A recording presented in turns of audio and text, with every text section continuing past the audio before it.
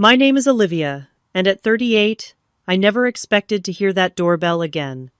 Standing in my $15 million Atherton mansion, successful CEO of a tech empire I built from nothing, I froze. 15 years of family exclusion had left scars that success could not heal. Through the security camera, I saw them all waiting outside their faces, a mixture of awe and desperation. The family that once threw me away had come crawling back. Tell me where you are watching from, and hit that like and subscribe button before we dive into how I watched the color drain from their faces when they realized what was coming.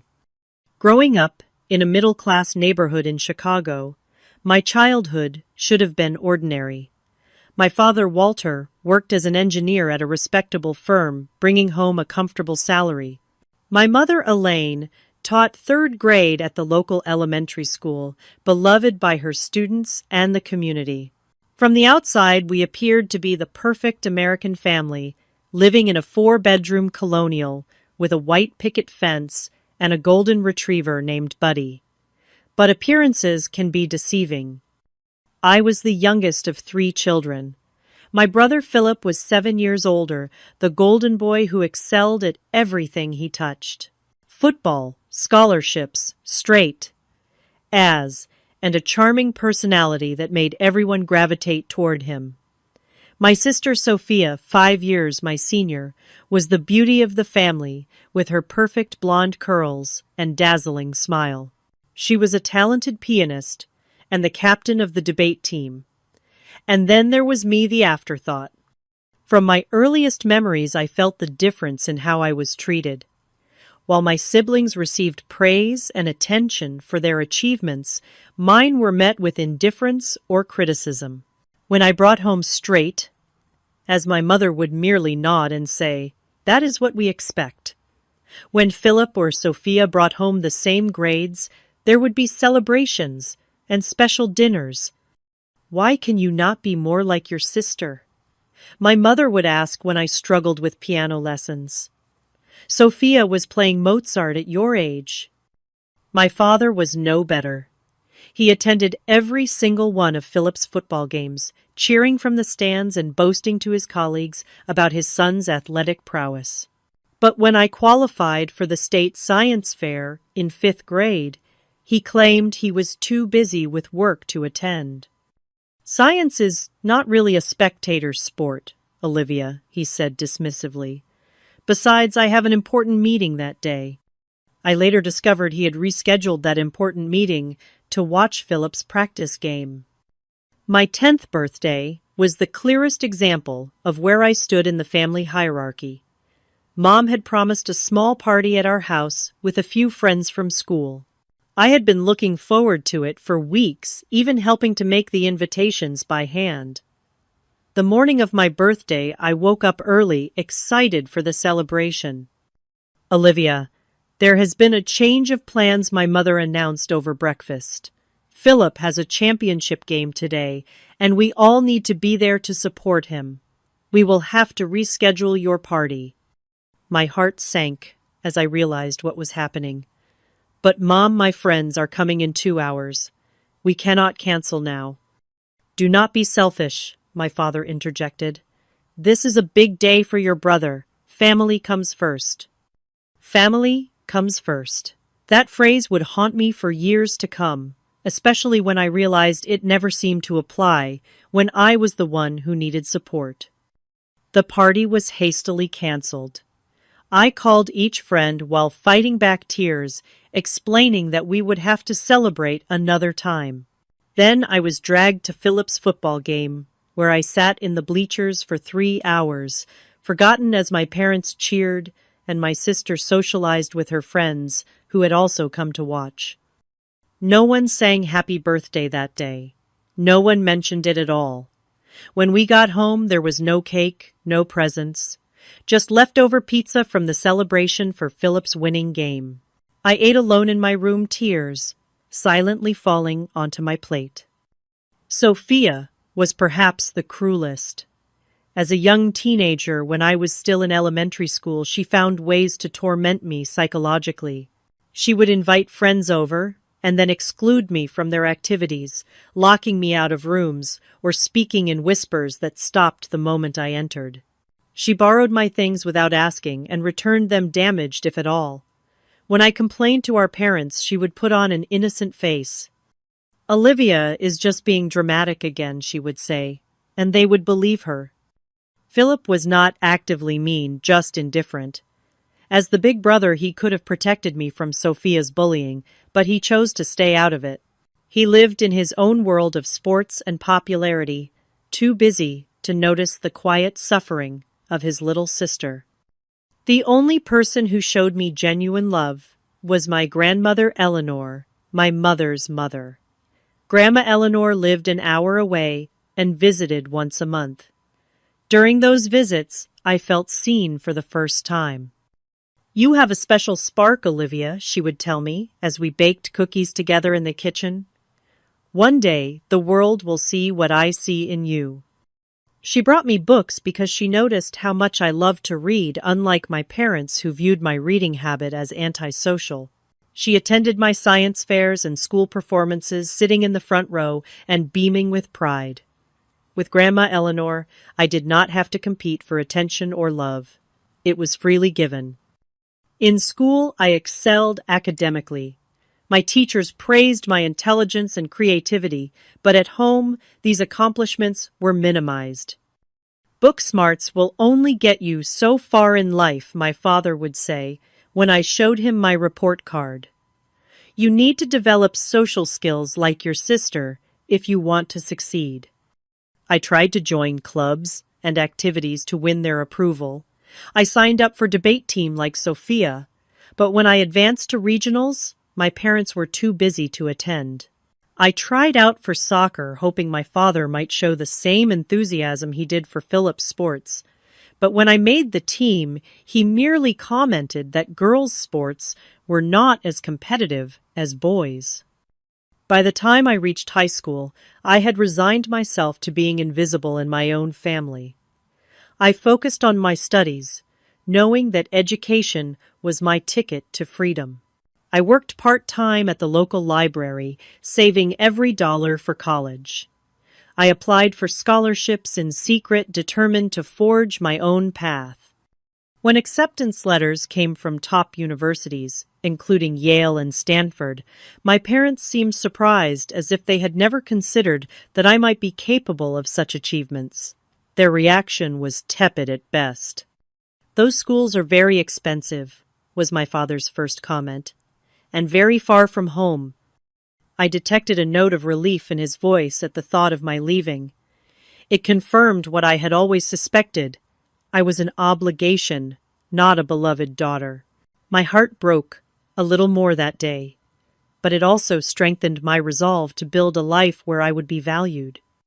Little did I know then that the worst betrayal was yet to come, and that the true nature of my place in the family would be revealed in the cruelest way possible. The pivotal moment that shattered any remaining illusions about my family came when I was 23. I had graduated from Stanford with honors, earning a computer science degree with a specialization in cybersecurity. I had secured a job at a tech startup in San Francisco, my first step toward independence. I was starting to believe that maybe, just maybe, I could finally earn my family's respect through my achievements. Then came the call that Grandma Eleanor had passed away unexpectedly from a heart attack. I was devastated. The one person who had made me feel loved and valued was gone.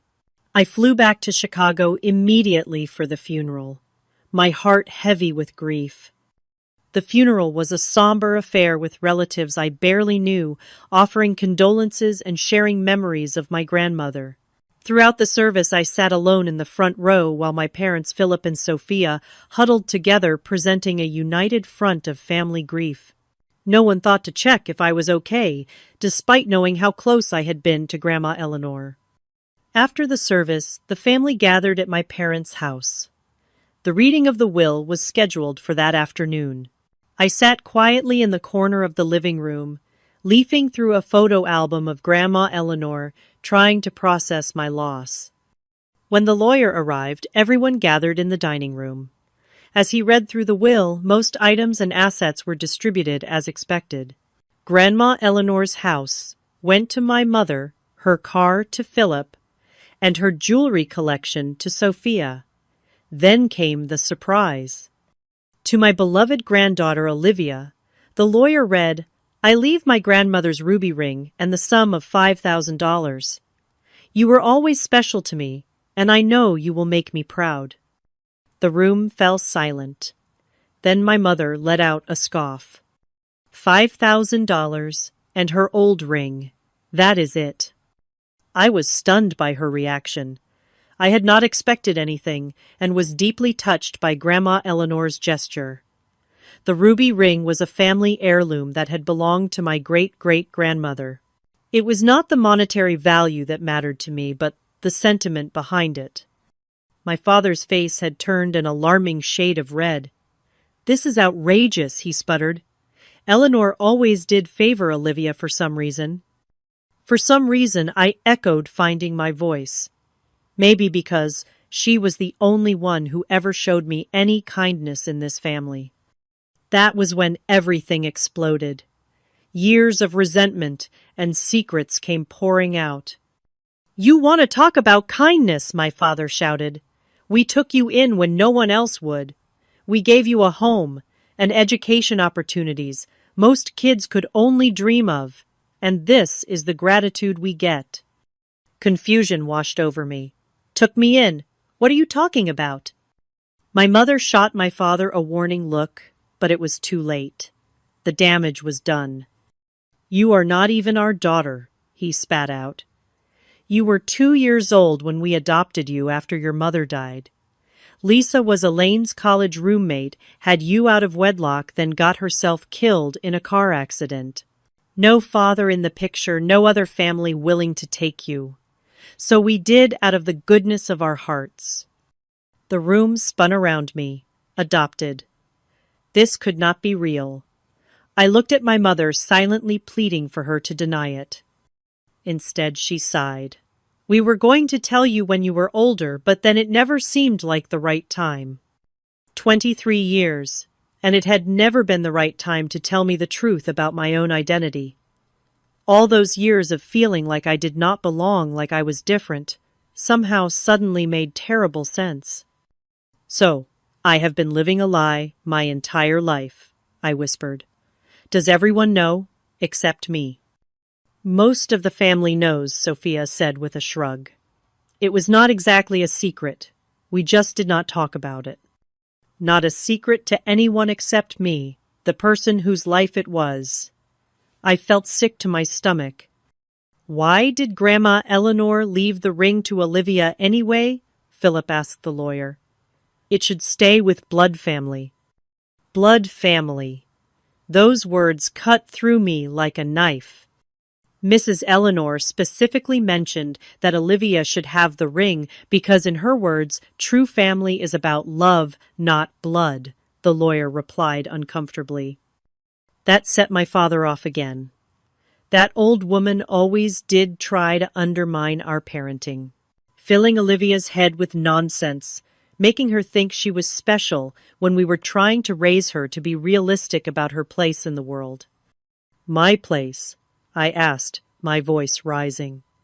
"And what exactly is my place in this family?" "You should be grateful we took you in at all," Sophia interjected. "Do you know how many orphans end up in the system? You had privileges most of them could only dream of." I looked at my sister, seeing her clearly for the first time. Privileges, like being reminded constantly that I was not as good as you or Philip, like having my birthdays forgotten and my achievements ignored, those kinds of privileges. "See, this is exactly why we never told you," my mother said. "We knew you would react emotionally instead of rationally." "Finding out my entire life has been a lie seems like a reasonable thing to be emotional about," I retorted. My father stood up, towering over the table. "That is enough. I will not have you speaking to your mother that way, under my roof." If you cannot show some gratitude for everything we have done for you, then perhaps you should leave." I looked around the table at the faces of the people I had called family for 23 years. None of them came to my defense. Not even Philip, who had always been the least antagonistic toward me. In that moment, I made my decision. "Fine," I said quietly, gathering my purse. "I will go. But first I want to know one thing. Was anything real? Did you ever love me at all? Or was I just a charity case you regretted taking on?" The silence that followed was all the answer I needed. I walked out of that house and never looked back. The exclusion from family life became official after that day. I was not invited to Thanksgiving that year, or Christmas, or any family gathering that followed. I saw photos on social media of family reunions, holiday celebrations, and milestone events, all without me. Sophia would occasionally post pictures with captions like, "Complete family gathering," or "So blessed to have everyone I love in one place," pointed reminders that I was not considered part of everyone. There were emails from my father, cold and formal, asking me not to contact them and to respect the family's privacy, as if I were some stranger who might harass them, not someone who had lived as their daughter for over 2 decades. The ultimate pain came when I saw photos of my parents proudly attending Philip's wedding and later the birth of Sophia's first child. Moments I should have been part of erased from the family narrative as thoroughly as if I had never existed. With the $5,000 from Grandma Eleanor and her ruby ring as my only inheritance, I cut all ties and vowed to build a life so successful that they would one day regret throwing me away. Little did I know just how dramatically that vow would be fulfilled. With just $5,000 to my name and a ruby ring, I vowed never to sell. I arrived in San Francisco, determined to forge a new beginning. The money would not last long in one of America's most expensive cities, so I had to be strategic. I found a tiny apartment in a less desirable neighborhood, sharing with 2 other young women I found through a housing board at a local coffee shop. My portion of the rent consumed nearly half of my savings immediately. Alice was a nurse working night shifts, and Jordan was a graduate student in literature. Both were too busy with their own lives to pry into mine, which suited me perfectly. The apartment was cramped with just enough space for a twin bed and a small desk in my room. The kitchen was barely functional, and we shared one bathroom between the 3 of us. It was a far cry from the comfortable suburban home I had grown up in, but it was mine, and there was freedom in that. I secured an entry-level job as a technical support specialist at a small software company. The pay was minimal, barely covering my expenses, but it was a foot in the door of the tech industry. My days consisted of answering calls from frustrated users, troubleshooting basic problems, and documenting issues for the development team. It was mundane work that did not utilize my education or skills, but I approached it with determination. "You are overqualified for this position," my supervisor remarked during my 3-month review. "But I appreciate your work ethic. Keep it up, and there will be opportunities for advancement." I did not want to wait for gradual advancement. Each night after my shift ended, I would return to my tiny room and spend hours teaching myself additional programming languages and cybersecurity protocols. I enrolled in free online courses, participated in coding challenges, and built small projects to enhance my portfolio. Sleep became a luxury I could rarely afford, but every hour of work was an investment in my future. To save money, I lived on ramen noodles and peanut butter sandwiches. I cut my own hair, shopped at thrift stores for clothes, and walked miles to avoid paying for public transportation when the weather permitted. Every dollar saved was a dollar that could keep me independent from the family that had rejected me. 6 months into my self-imposed exile, I attended a free tech workshop at the public library. The topic was emerging threats in cybersecurity, an area I had been focusing on in my studies.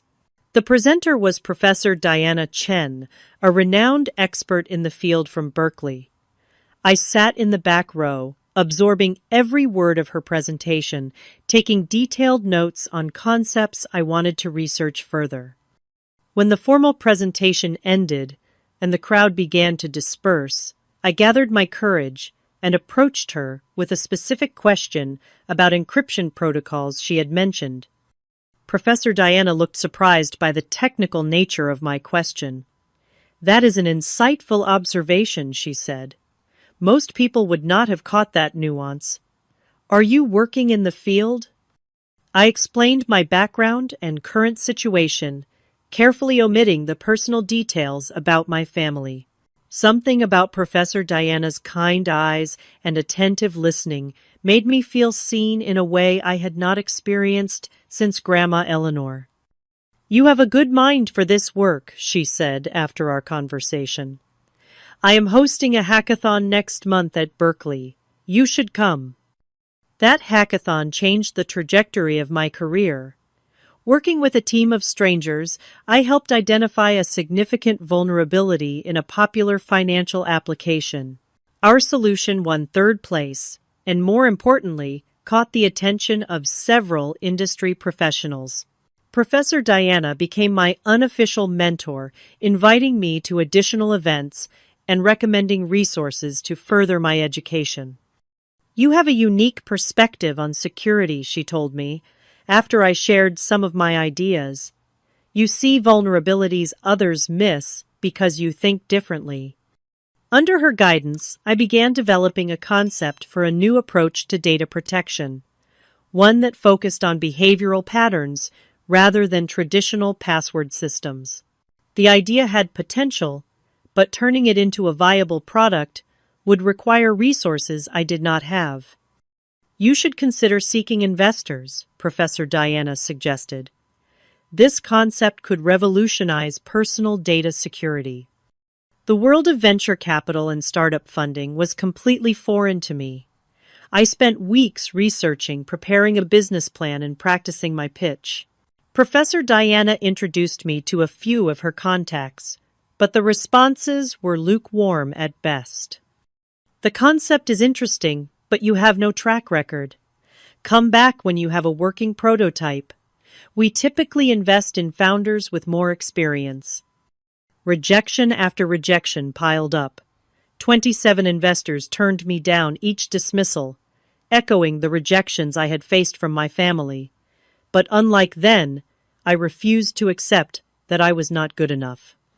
To sustain myself financially while pursuing my vision, I took a second job, bartending, at a popular tech hangout spot.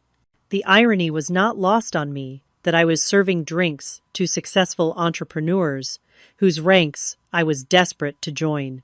The late-night shifts were exhausting after full days at my tech support job, but they provided additional income and unexpectedly networking opportunities. One night, a customer named Travis left a generous tip after we had a brief conversation about the future of digital privacy. He returned the following week and asked more questions about my background and ideas. After several such conversations, he revealed that he was an angel investor specializing in cybersecurity startups. "I have been testing you," he admitted, "seeing if you really know your stuff, or if you are just another person with big talk and no substance. You are the real deal. Let me see your business plan." 2 weeks later, I received an investment of $200,000 to develop a prototype of my security system. It was a fraction of what established startups typically received, but it was enough to quit my tech support job and focus on building my product.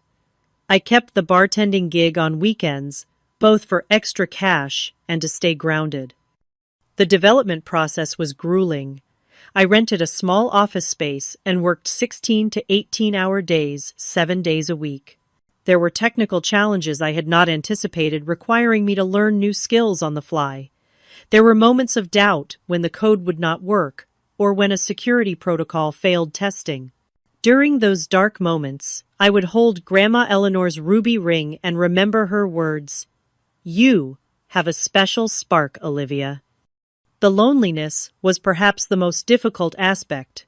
While I had acquaintances like Professor Diana and my roommates, I had no close friends, no one to celebrate small victories with or to provide comfort during setbacks. I had built walls around myself after the betrayal by my family, afraid to let anyone close enough to hurt me again. There were nights I cried myself to sleep, exhausted and overwhelmed. Nights when I questioned if I was on a fool's errand, trying to prove my worth to people who had made it clear they did not care. But each morning I would get up and return to my code, driven by a determination that grew stronger with each obstacle overcome. After 8 months of development, I had a working prototype. It was rough around the edges, but demonstrated the core functionality of my security concept.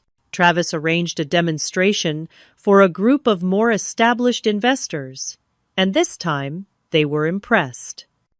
"This approach to behavioral authentication is genuinely innovative," one of them commented.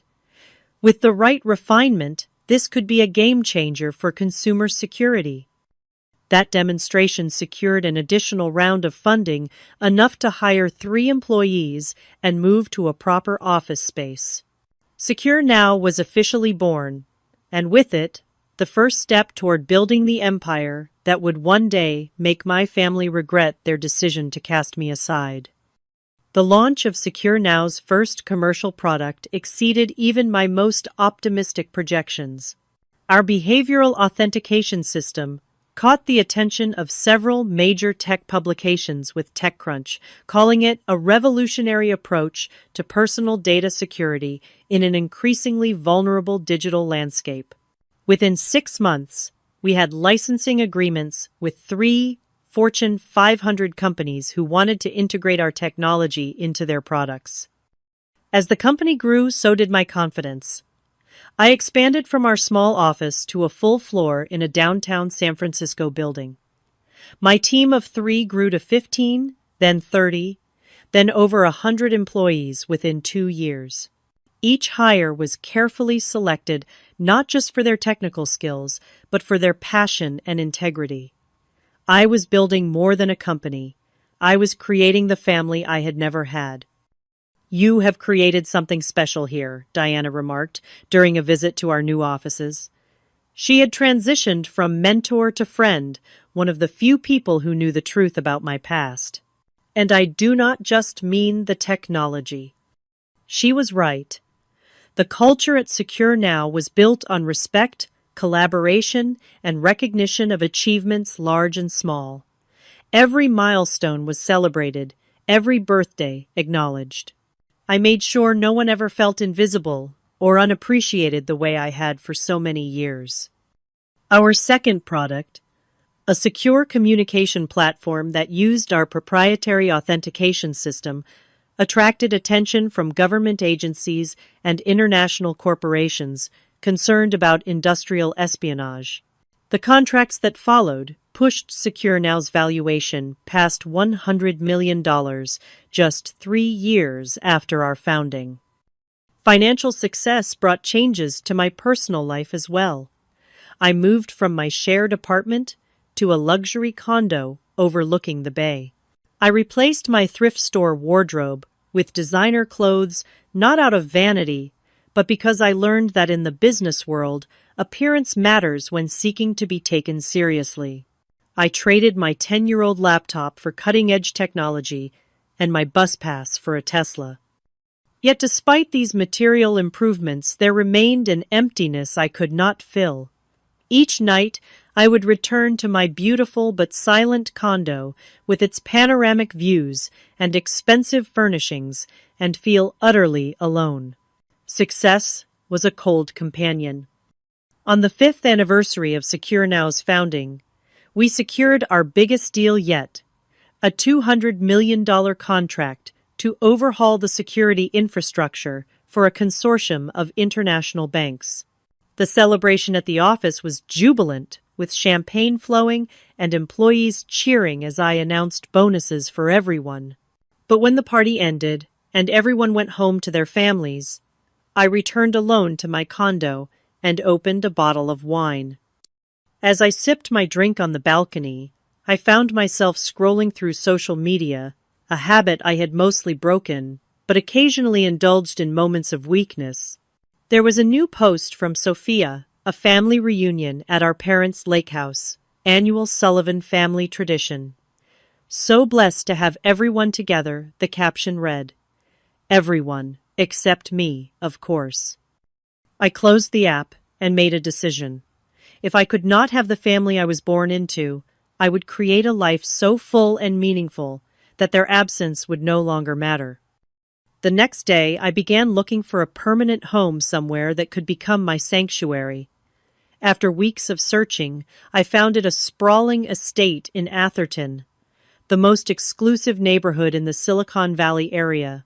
The $15 million property featured a main house with 7 bedrooms, a guest house, a pool, and extensive gardens on 3 acres of land.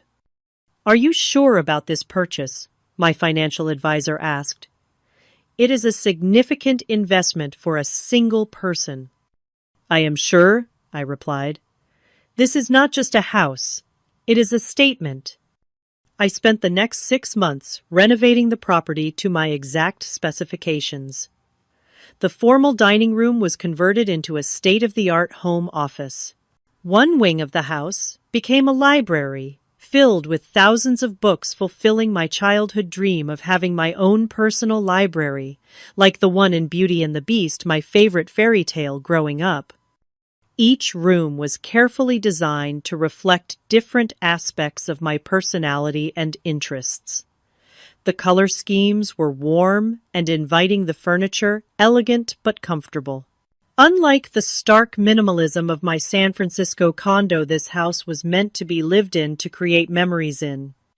The crown jewel of the property was the garden. I hired a renowned landscape architect to create an English garden with winding paths, hidden benches, and year-round blooms. It was the kind of garden Grandma Eleanor would have loved, and I placed a small memorial bench with her name in a quiet corner surrounded by her favorite flowers. As Secure Now continued to expand, now with over 500 employees and offices in 5 countries, I made a conscious effort to balance my professional success with personal growth. I joined boards of charitable organizations focusing particularly on those that supported foster children and orphans. I established a scholarship fund for computer science students from disadvantaged backgrounds. I began mentoring young women entering the tech field, determined to help them avoid some of the obstacles I had faced. Through these activities, I slowly built a circle of friends who knew nothing about my past and accepted me for who I was now. There was Travis, my first investor, who had become a trusted advisor and weekend sailing companion. Diana, of course, remained a constant presence now, bringing her husband and children to regular dinners at my home. Jordan, my former roommate, had finished her PhD and now taught literature at Stanford. We met monthly for coffee and book discussions. There was also my executive team, Layla, my brilliant chief technology officer, Marcus, the chief financial officer, whose careful stewardship had helped grow our company's value, and Derek, our chief operating officer, whose organizational skills kept everything running smoothly. They had started as employees, but had become something more over the years, people I trusted and respected. This carefully constructed family of choice helped fill some of the emptiness, but there were still moments when the past would creep in. Late at night, I would sometimes find myself looking through an old photo album I had kept from my childhood, one of the few possessions I had taken when I left my parents' house. The smiling faces in those photos seemed to belong to strangers, now people I once thought loved me, but had proven otherwise. 10 years after founding Secure Now, I took the company public. The IPO was wildly successful, making me a billionaire overnight, at least on paper. My face appeared on the cover of business magazines with headlines like, "Security Queen: How Olivia Sullivan Built a Tech Empire from Nothing." If my biological family saw these articles, they never reached out. Their silence was both a relief and a lingering wound. On the 15th anniversary of the day I had been cast out of my family, I hosted a charity gala at my Atherton estate. The event raised over $10 million for foster care organizations, a cause that had become deeply personal to me. As I stood addressing the crowd of Silicon Valley elites, politicians, and celebrities who had paid thousands of dollars for the privilege of attending, I could not help but reflect on the journey that had brought me here. From a confused and hurt young woman with just $5,000 and a ruby ring to my name, I had transformed into one of the most powerful women in tech. The mansion around me, the respect of my peers, the impact of my charitable work, all served as testimony to what I had achieved despite, or perhaps because of being discarded by those who should have loved me most. Yet for all my success there remained a small wounded part of me that still wondered why I had never been enough for them. That part was about to get an unexpected answer when the very next day my security system alerted me to visitors at my gate. It was a quiet Sunday morning, the kind I cherished after busy weeks of meetings and business travel. I was enjoying a cup of coffee on my terrace, still in my silk pajamas, watching hummingbirds flit around the feeders I had installed throughout the garden. The tranquility was shattered by the chime of my security system, indicating visitors at the front gate. Annoyed at the unexpected interruption, I picked up my tablet to check the security camera. What I saw made my coffee cup slip from my fingers and shatter on the stone floor. There they were, standing at my gate like ghosts from a past life. My father Walter, now in his 70s, his once dark hair completely gray, his tall frame slightly stooped with age. My mother Elaine beside him, her face more lined than I remembered, but still wearing the same pearl necklace she had worn for as long as I could recall. Philip stood slightly behind them, heavier, now his former athletic build softened by middle age.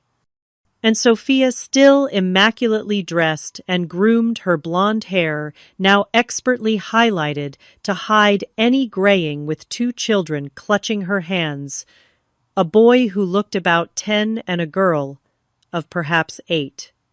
15 years. 15 years of silence, of exclusion, of pretending I did not exist, and now they were here, standing at the entrance to the life I had built without them. My first instinct was to ignore them, to let them wait at the gate until they gave up and left. But curiosity won out. What could possibly have brought them here? After all this time, what could they want from me now? With trembling hands, I pressed the intercom button. "Can I help you?" I asked, my voice carefully neutral. "Olivia! It is Mom and Dad," my mother's voice crackled through the speaker, "and Philip and Sophia. We were hoping we could talk to you." Talk to me, after 15 years of silence. I should have said no. I should have told them to leave and never come back. But some deeply buried part of me, that little girl who had always longed for her family's approval, made me press the button to open the gate. I rushed to my bedroom to change, pulling on jeans and a simple blouse, running a brush through my hair. I did not want to look like I had made an effort for them, but neither did I want to appear as though their arrival had caught me off guard. By the time the doorbell rang, I had composed myself, at least outwardly. I opened the front door with what I hoped was an expression of mild interest rather than the emotional turmoil raging inside me. The 5 of them stood on my doorstep, looking up at the grand facade of my home with poorly concealed awe. "Olivia," my mother said, stepping forward with arms outstretched as if to embrace me, "you look wonderful." I stepped back slightly, avoiding the hug. Thank you, I replied coolly. This is unexpected. We have been trying to find the right time to reach out, my father said, his voice softer than I remembered. When we saw the article about your charity gala in the Wall Street Journal, we thought it might be time to reconnect. The Wall Street Journal. Of course. They had not come because they missed me or regretted their actions. They had come because they had seen evidence of my wealth and success in a national publication. Please come in, I said, my hospitality on autopilot, even as my mind processed this revelation. I led them through the grand foyer, with its marble floors and sweeping staircase, into the main living room, where floor-to-ceiling windows overlooked the gardens and pool. This is quite a home, Philip said, whistling softly as he took in the custom furnishings and original artwork on the walls. Thank you, I replied, simply gesturing for them to sit on the Italian leather sofas. Can I offer you something to drink, coffee, water? Coffee would be lovely, my mother said, perching on the edge of the sofa, as if afraid to fully commit to sitting in my home. I used the excuse of preparing coffee to escape to the kitchen for a moment, leaning against the counter and taking deep breaths to steady myself.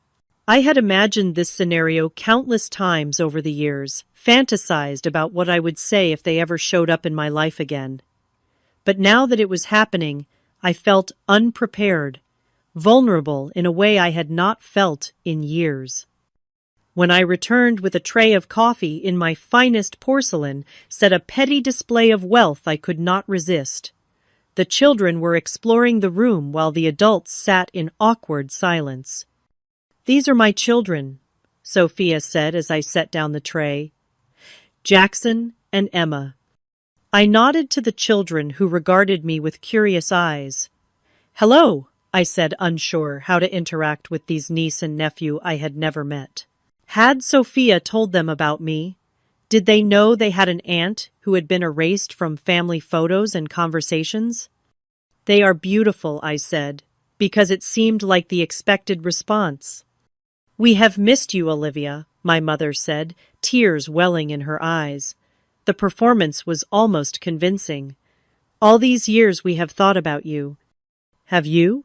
I asked, my voice steady, despite the anger bubbling just beneath the surface. That is interesting, because I have not received so much as a birthday card or a Christmas greeting in 15 years.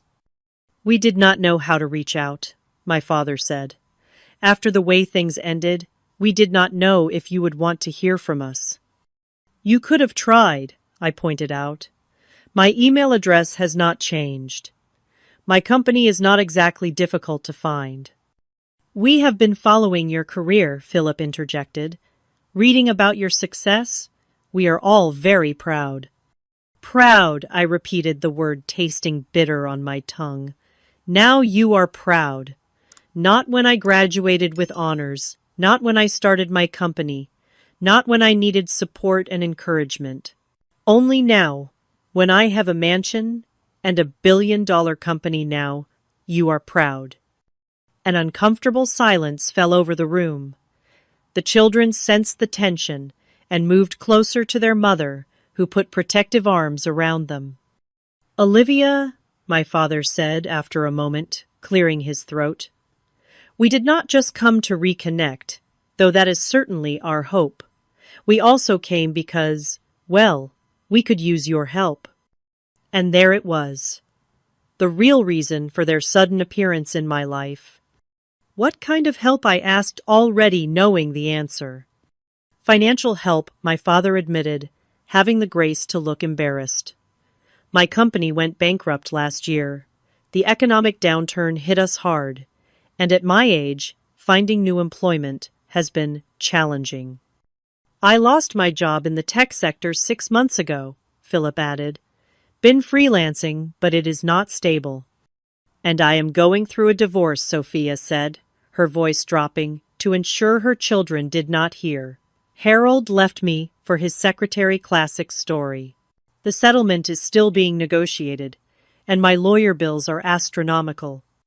I looked at each of them in turn, These people who had cast me out when I had nothing and had returned now that I had everything. The audacity was breathtaking. We were thinking, my father continued, apparently mistaking my silence for consideration, that perhaps you could help us restart the family business. A loan of about $2 million would allow us to re-establish ourselves and create something the whole family could be part of. The whole family, I repeated. Yes, my mother said eagerly. You could be part of it too, of course. Though I imagine you are too busy with your own company. But you could be a silent partner, and it would help secure your niece and nephew's future. She gestured to the children, a calculated move to pull at heartstrings I was not sure I still possessed. We would pay you back, of course, my father added, with interest, and perhaps you could consider allocating some shares in your company to the family trust. Keep it all in the family, so to speak. The nausea I felt was overwhelming. The sheer nerve of them to walk into my home after 15 years of silence and ask not just for money, but for a piece of the company I had built entirely without their help or support. To speak of family as if it were a concept that still included me when it suited their financial needs. I see was all I said, my mind already formulating a response they would never forget. I rose from my seat, with deliberate calm smoothing the fabric of my jeans as I gathered my thoughts. The room felt charged with tension, my family watching me with expressions ranging from hope to thinly veiled calculation. Please make yourselves comfortable, I said with practiced hospitality. The coffee is imported from a small cooperative in Colombia. I visited the farms myself last year. This casual mention of international travel, of the kind of lifestyle where one could personally visit coffee producers halfway around the world, was not lost on them. My father's eyes narrowed, slightly recalculating the extent of my wealth. Sophia glanced around the room with renewed interest, as if mentally appraising the value of each piece of furniture and artwork. I excused myself briefly and returned with a leather-bound album and my laptop. Setting both on the coffee table, I resumed my seat across from them. Legs crossed, posture relaxed, but confident the way I sat in board meetings when I knew I held all the cards. Before we discuss any financial arrangements, I said, my voice, even I think we should catch up on the past 15 years. After all, we are family, right? I emphasized the word family, just enough to make it clear I recognized the irony. My mother nodded eagerly. Yes, of course. We have so much to catch up on. Let us start with family gatherings, I suggested, opening the album. I have been keeping track of them, you know. Their confused expressions turned to discomfort as I revealed the first page, a printed screenshot of a Facebook post from 15 years ago, shortly after our falling out. It showed a Thanksgiving dinner at my parents' house, the caption reading, "Grateful for family today, and always." This was 3 months after you told me never to contact you again, I said conversationally, as if discussing the weather. I noticed all of you were there, plus Uncle Robert and Aunt Linda and their children. Cousin Jessica even flew in from Denver. I turned the page. Christmas same year. Nothing better than having the whole family together for the holidays. That is a lovely tree, Mom. Did you use the ornaments I made in elementary school? Or did those get thrown out along with my baby pictures? Page after page, I showed them evidence of the life they had lived without me. Birthday celebrations, graduations, weddings, baby showers for Sophia's children, anniversary parties for my parents. All documented on social media with captions about complete family gatherings and everyone we love in one place. Why do you have all these? Sophia asked, her voice strained. Know your enemy, I replied with a small smile. A basic principle of security. You taught me that, Dad, probably the most valuable lesson you ever gave me. Always know who you are dealing with. I closed the album and opened my laptop.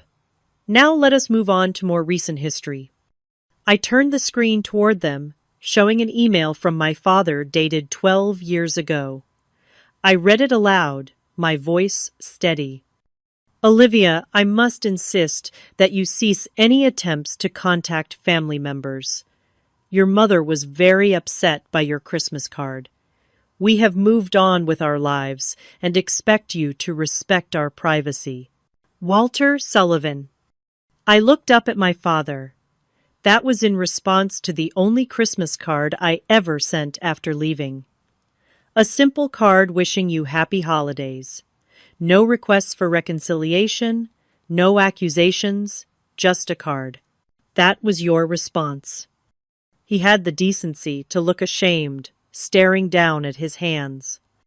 And this, I continued scrolling to another email, is from Sophia to her friend Jenna, which she accidentally copied me on 3 years ago. Ugh saw another article about my sister, the tech genius. Mom was going on about it all day. As if being rich makes up for being such a freak growing up. Some people just have all the luck despite being totally socially inept. Charming Sophia. My sister's face flushed red. I did not mean. Oh, I think you did, I interrupted. But it is fine. Your opinion of me stopped mattering a long time ago. I closed the laptop and leaned forward, looking each of them in the eye, in turn. For 15 years, you have lived your lives as if I did not exist. You celebrated holidays, shared milestones, supported each other through hardships. You were a family in every sense of the word, just without me, and that was your choice.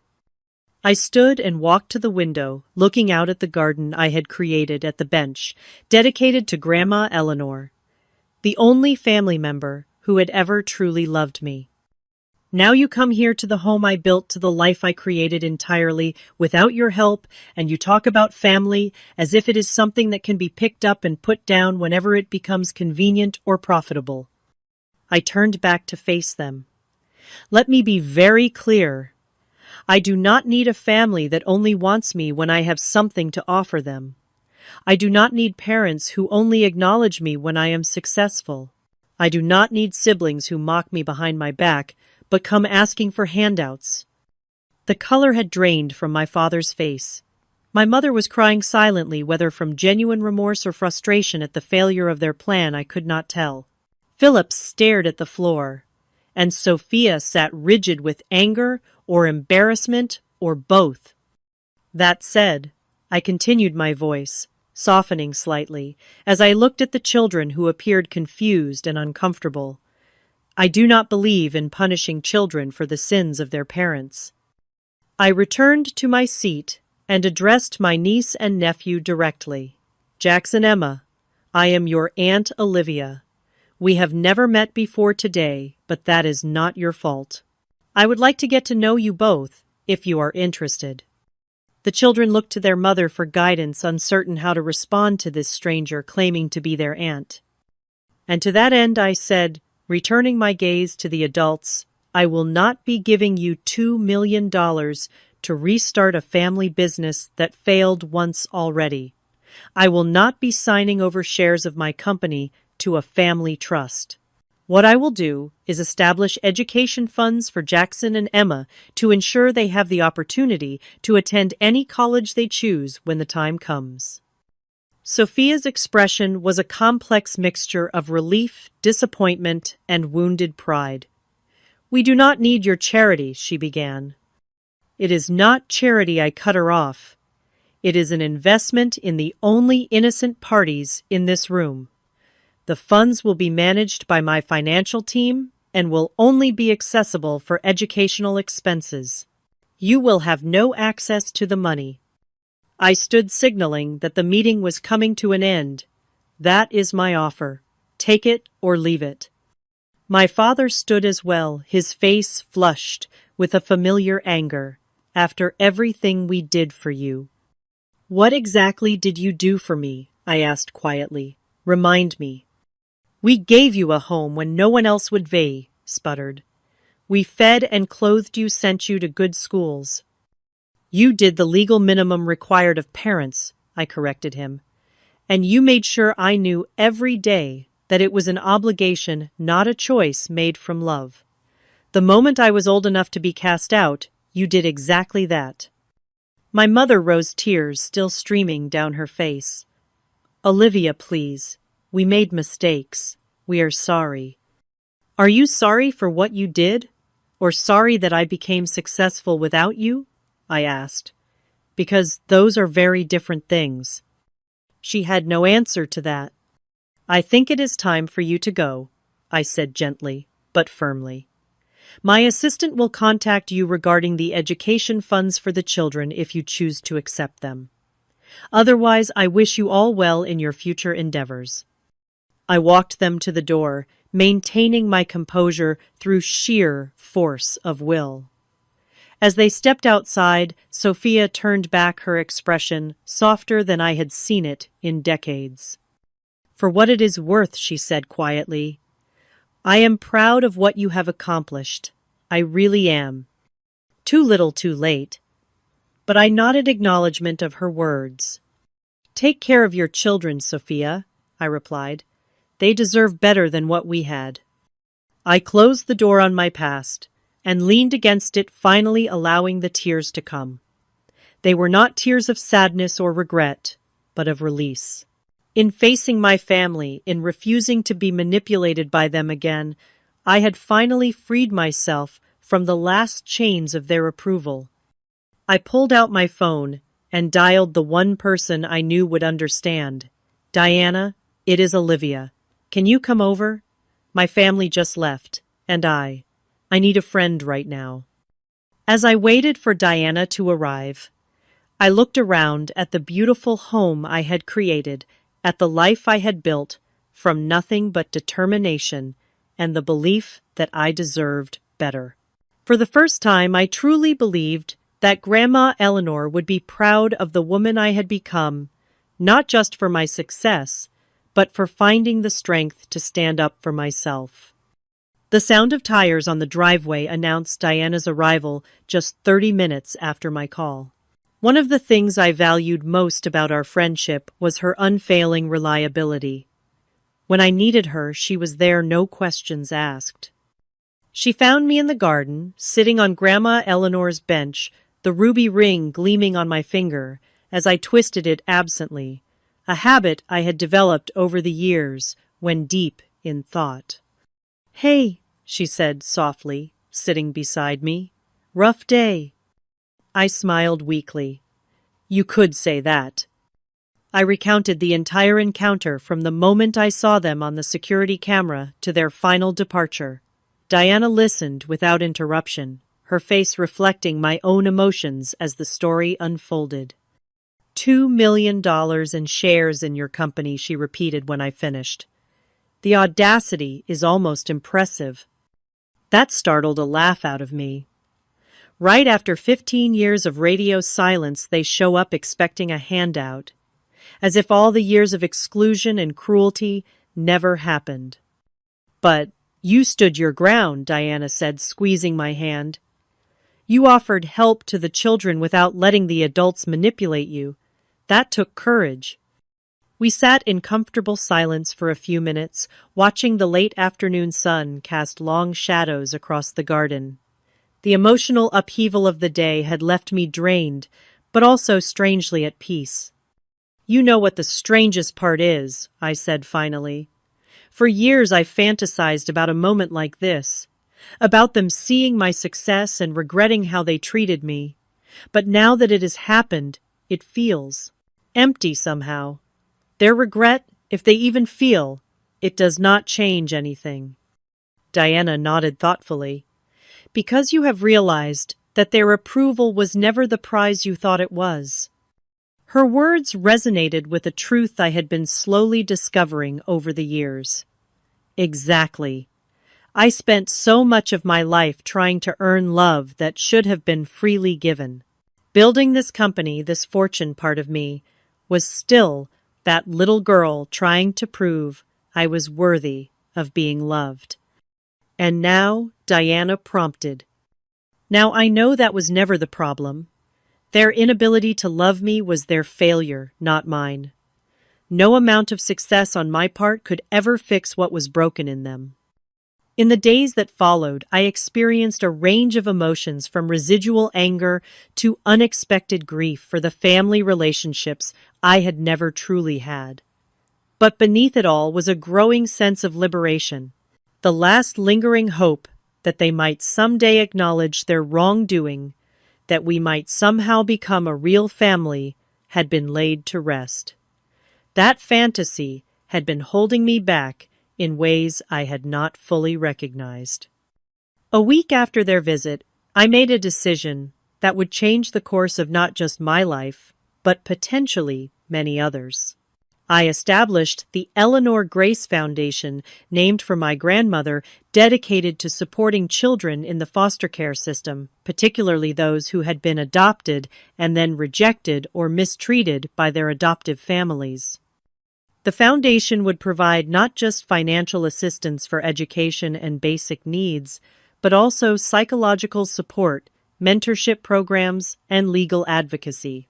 I committed $50 million as initial funding and pledged to personally oversee its operations alongside my duties at Secure Now.